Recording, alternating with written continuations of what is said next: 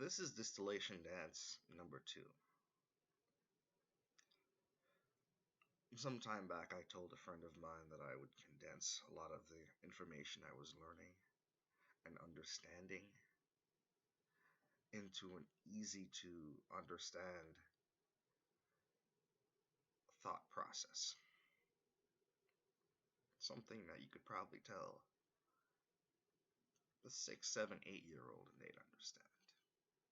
Because, as sad as it is, the majority of us don't fully understand what it is.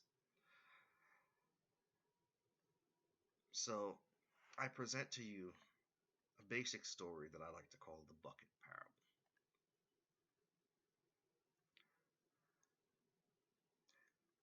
Picture in your mind a village that has a river running through the center of it. This river has clean, fresh water, all the fish that the villagers could eat. This river provides enough sustenance to create a lush forest around the villagers in which many fruit trees and everything can grow. The village also provides the water that is necessary to create the mud bricks that they use to build their houses. And the riverbanks provide the clay.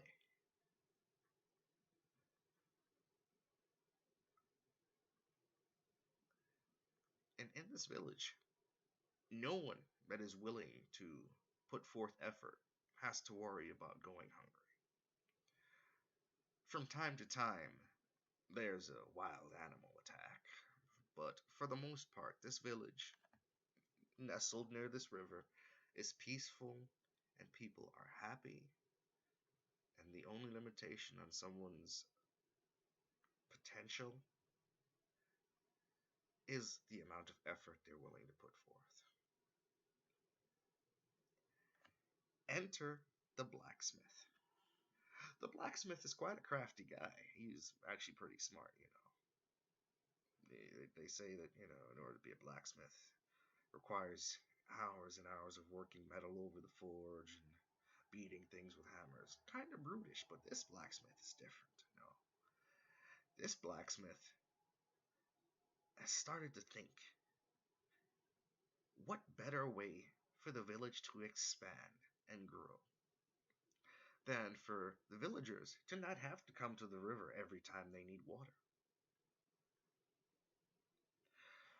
So, thinking of the baskets that the villagers use that from time to time to carry fruit and other things or pieces of meat and that they weave from the straw from the river reeds, right? This blacksmith now envisions an object that can carry other things, but doesn't have to worry about leaking like the straw. The blacksmith has come up with a brand new invention to this village, and he calls it a bucket. So we start off with the bucket. He makes one bucket. He pounds out the metal on this bucket. And then he goes ahead and tests it for himself. And he finds that when he goes to the river, he can now take this bucket, dip it into the river, and pull out water and take it back home with him. And that water in that bucket will be there in the morning or in the middle of the night when he wakes up and feels thirsty. He doesn't have to run all the way to the river. So he's happy with what he's done. But remember, the blacksmith is a crafty guy. So what the blacksmith now does is he makes many buckets. And what he does is, well, he can't give away the work of his labor for free now, can he? So what the blacksmith does with these buckets is he now starts peddling them to the villagers. You know, along with his swords and shields and pieces of armor that this blacksmith works, he now starts selling buckets, and he starts explaining to the villagers that if you have a bucket, you can take water from the river to your home. You won't have to come to the river every time you need water, every time you get thirsty. And when people start to see how useful this bucket is, they start buying the buckets and using them. The average person only needs one bucket because that's their bucket that they use when they go to the river in the morning or go to the areas that they would need to carry water and take it back home with them. And these buckets are wonderful things.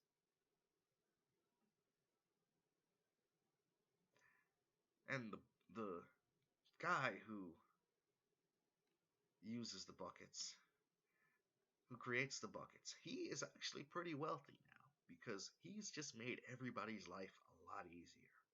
Everybody sees the use in the buckets. Everybody's using these buckets because why would I want to go to the river 5 times a day when I can only go just once? This also allows for the village to expand outwards a little bit because now they don't have to worry about, not being able to carry their water long distances. Now they can carry their water for about as long as they want. So, as the buckets propagate through the village, they go ahead and the the crafty bucket creator that is the blacksmith, village blacksmith, he's happy, he's wealthy, but he thinks to himself, what if other people started making buckets too, though? Wouldn't that put me in danger? So he goes to the village chief and explains that because he was the one to come up with the idea for the bucket, that it wouldn't be fair if anybody else was able to make buckets. Because it's just not fair. He put hard work, he put his sweat, his hours over the forge beating that metal into shape, smelting the metal, and he decides that he speaks to the village chief, and the village chief, being a reasonable man, says, "You know what? That makes sense." And the village chief has, at the next village meeting, tells the village that because the blacksmith is the only one who came up with the idea for the buckets that made everybody's life so simple, he should be the only one that should be able to sell them. And the villagers also agree. They go, hey, you know what? That makes sense because he made them and he put in the work for them. It's not any different to the way we were living before. It's just he's the only one that should be able to make them. Okay, now that he has that in place, it's a law that nobody else should be able to make buckets. This crafty blacksmith, he's getting pretty good at making these buckets now. But he sees a problem. Now that everybody has a bucket, they don't need necessarily, there are people who still don't need his buckets. And because people don't need his buckets, some people are still, people that live close to the river are just getting their water by hand. These are people that he should be able to sell his buckets to, right? Well, he ponders and hems and haws and waits and thinks, but he's a crafty blacksmith. So what he does now is, one night, under the cover of darkness, he takes his dog and has his dog shit up the river. Yes, the dog takes a crap in the river.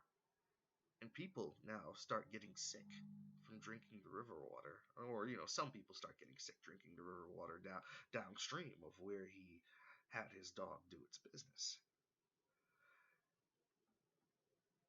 As people are starting to get sick, the blacksmith goes ahead and points out, these people, they're going and taking their dirty hands and dipping it into the water.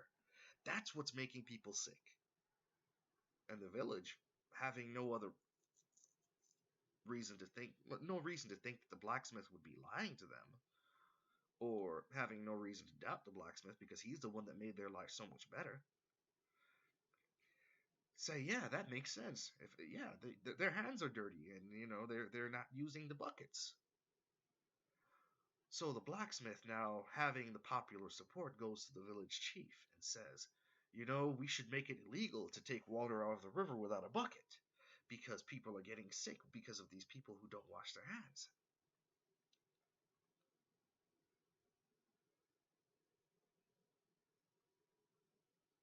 All right. The village chief, being a reasonable guy, says, yeah, you know what? That makes sense because they're not washing their hands and people are getting sick, then or the dirt from their hands and their work and their sweat is getting into the water and people are getting sick. We need to keep the priority being the health of the village. So now the bucket creator rather, this crafty blacksmith, under the cover of night goes and removes the pile of doo-doo from the water of river, and people stop getting sick. And now people have started, everybody is now using the buckets. It's now a law because the village chief said so that you have to get buckets out of the village, buckets out of the water. You can't go and dip your hand in for water to get water out of that village because it makes people sick. There's a couple of old people that dissent, saying, "We've been in this village all our lives, and there's never been a time that people have gotten sick just because they've been using their hands to drink the water." But the majority of the village looks at them and thinks of them as people who are old and, they're out of the time, so they don't even pay attention to them. Even these old people, they're forced to buy a bucket now, based on the laws. It's fine, it's fine, it's fine. Life hasn't changed that much, or has it? Or has it? Now, this is a crafty blacksmith, He's gotten a little bit wealthier because he's been able to sell buckets to everybody in the village. But he starts to think that he could be even wealthier, right? After all, he's the one who makes it possible for these people to get the water out of the river and take it home with them, right? These people in this village are using the water for the clay to make their bricks for their houses. They're using the water for any farming they do. These people need him, and why shouldn't he be rewarded more? This crafty, greedy blacksmith now realizes that he's the only blacksmith in the village. And because he's the only blacksmith in the village, he has a captive audience. So what he does now is he talks about how the metal that's coming from the mines is getting scarcer. And in order for him to be able to continue to procure the metal to create these buckets, he's going to have to raise his prices because the metal's gone up in prices, right? So he does this, and everybody in the village protests at first, but because he's the only one that creates the buckets, they eventually have to pay the prices that he sells the buckets at, right? Where the bucket from the farmer that had many hens would at first cost half a dozen eggs. Now the bucket costs a whole dozen eggs. It does not seem like much, the farmer has a lot of chickens. He's fine, the farmer who raises cows or the shepherd who raises sheep, where it used to cost him half a sheep to have a bucket that could last him, until the metal wore away. Now he has to give up a whole sheep. But he doesn't see a major problem with it because now he can take his water further, right? So, the blacksmith, this crafty blacksmith, he's feeling really satisfied with himself. He now knows that the village needs him and that they're going to pay whatever he tells them to pay. And he starts looking over his buckets and saying, maybe there's a way I could squeeze more out of these people. So he does just that. He's sitting down watching one of his buckets full of water one night, and a fly flies in and, lands in the water. And he sits and thinks to himself, well, if that bucket had a lid or a cover, then you wouldn't have these flies flying in or dust dropping into the bucket. So that's what he does. He goes ahead and he creates a new bucket with a lid. Oh, he takes it to the market and it doesn't sell because people don't really need the bucket with the lid, right?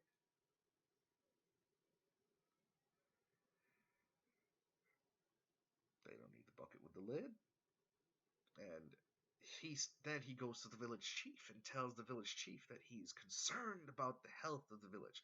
All of this over an extravagant dinner that he's paying for, because by now this blacksmith is actually one of the wealthier people in the village. He goes ahead and tells the village chief that it would be so much better for the health of the villagers if they had a way to cover their bucket, right? And the village chief, being a reasonable guy, says, "Yeah, that makes sense, because the other day my wife was sweeping quite vigorously, and the dust got into the bucket, and there was dust floating on top of my bucket." And the bucket creator says, "Hey, and there's also flies and insects that get into the water." It starts off, and the village chief says, "Yes, we should definitely make people have the buckets with the lids, or sell the lids with the buckets." And the bucket creator, being the crafty guy he is, he tells them, "You know what? How about we make it a law that, people only use the buckets with lids, because we can't have that dirt that got into the buckets without the lids getting back into the river water." And the village chief, being a reasonable guy, says to himself, "Yeah, that makes sense.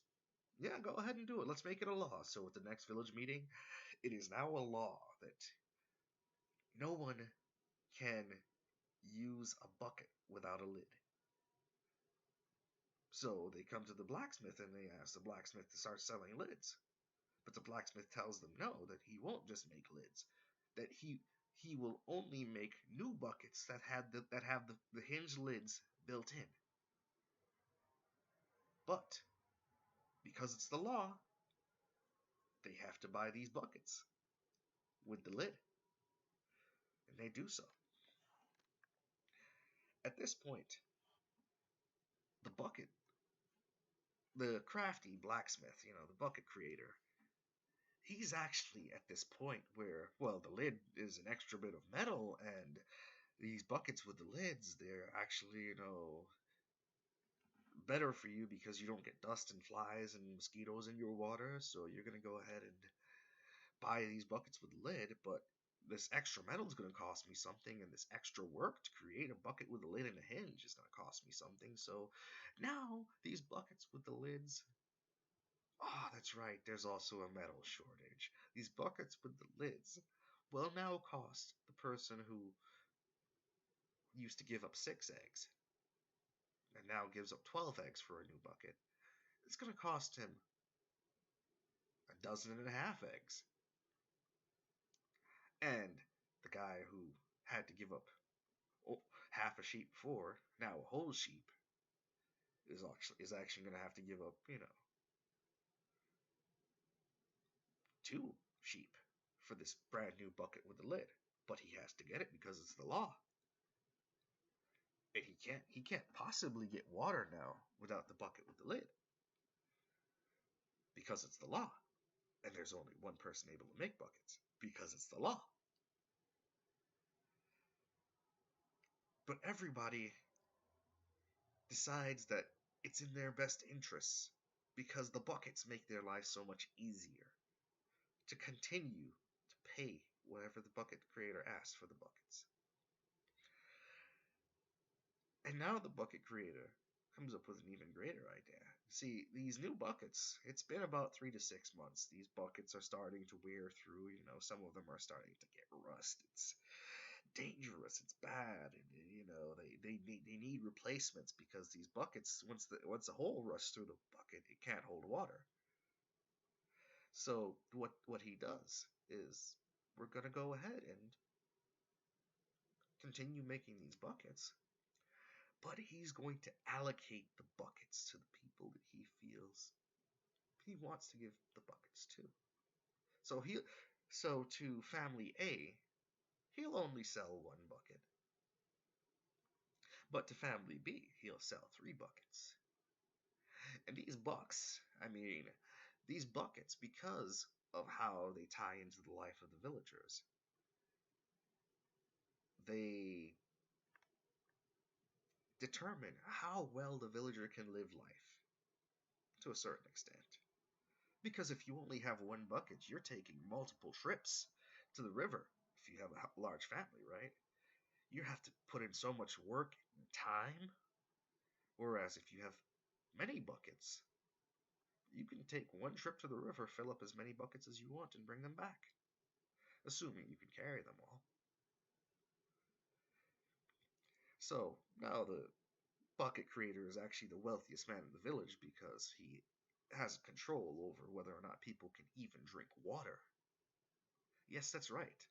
People need him to drink water. People need him to live because they can't build the brick houses without the water from the bucket because they can't get water from the river without his bucket. And in doing so, the bucket creator is now the wealthiest man in the village. He's actually even more respected than the village chief. Why? Because the people need him to live. And the village chief, he continues to give the village chief extravagant feasts from time to time, and the village chief is happy with the bucket creator, right? As the overall quality of life in the village continues to decrease, because the guy who has many chickens, yes, he's now having to give up some of his chickens to the bucket creator, right? He's now the guy who gets sheep. He's now having to give up some of his sheep and more to the bucket creator. And the bucket creator is over time amassing sheep, wealth, fish, you name it, because he controls access to the resources. And if the bucket creator only has enough metal to create one bucket, which he doesn't, but he might say that one week, oh, I was only able to make one bucket this week, he can actually make people fight over that bucket. He's pretty happy, this crafty bucket maker, this crafty blacksmith. He's ecstatic because he can look at that guy who he doesn't like and only give him one bucket. But the guy he likes, he can give him 5 buckets. It's amazing because the guy he likes now can run an entire construction business because he can get 5 bucketfuls of water anytime he wants. Whereas the guy he doesn't like only has one bucket and can barely afford to keep enough water in the house for his family to stay hydrated. And if that guy, who he only gave one bucket to, wants to go ahead and increase, let's say he wants to get many bucketfuls of water. He can only hold one bucket at a time, mind you, right?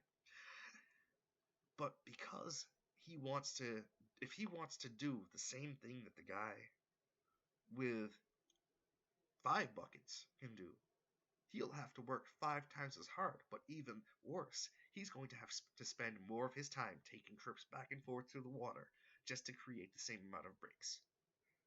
Which means that it's impossible for him to keep up with the other guy, even though they're both brick makers. In doing so, these buckets control life. These buckets determine who lives and who dies at the end of the day, or the quality of life each person is able to get. Obviously, the village chief has as many buckets as he can dream of because the village chief is the most respected and he gets to make the laws that help the bucket maker. But the person who doesn't have many buckets will never have the same opportunities for life and the quality of life just by way of the amount of effort and time necessary to gather resources as the person who has 10 buckets. It's very hard for the guy who the bucket maker doesn't like to get his family taken care of, or to have enough buckets to make sure his family has enough water, or to do that repair on his house because he needs to make bricks, right? It's very hard for him to get jobs because he can't keep up with the sheer volume of work that the guy with 10 buckets can. So now the guy who has one bucket has to start thinking about whether or not he can actually have another kid because he's only got one kid, but he probably can't have another kid or two because he won't be able to feed his kids because he lacks the bucks to do so. The key points here, if we understand this parable well, are that one, the bucket maker does not own the water. The bucket maker instead controls access to the water by way of controlling the laws, which made people have to use the buckets, controlling the public sentiment by letting his dog do what it did, and then cleaning up after the dog when he achieved the desired result, and by controlling the allocation of resources to those who he deemed fit.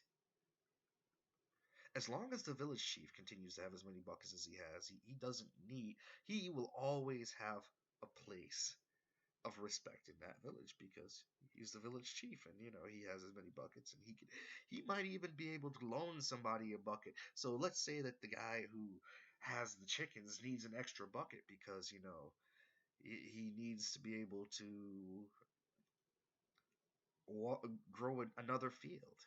Well, the village chief can now loan out his second bucket, right? Oh, yes, yes, yes, yes, yes.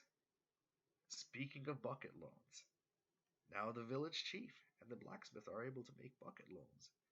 And these bucket loans allow people to gather the resources, build the brick houses, and not just by allocating the buckets, but they also make money on just loaning out the bucket.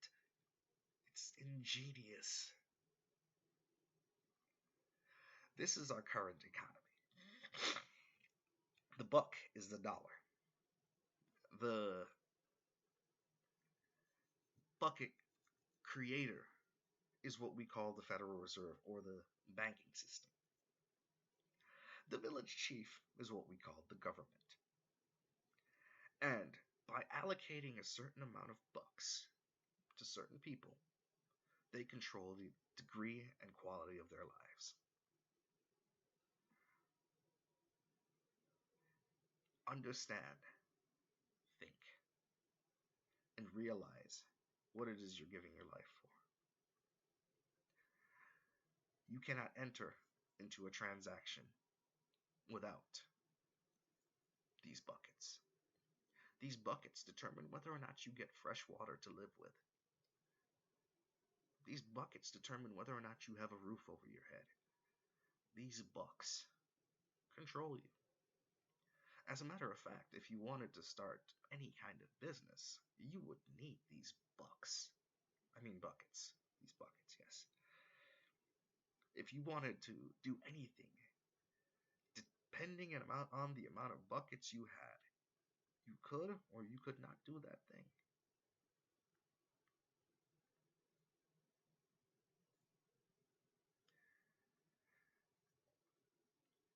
Think, understand, and know.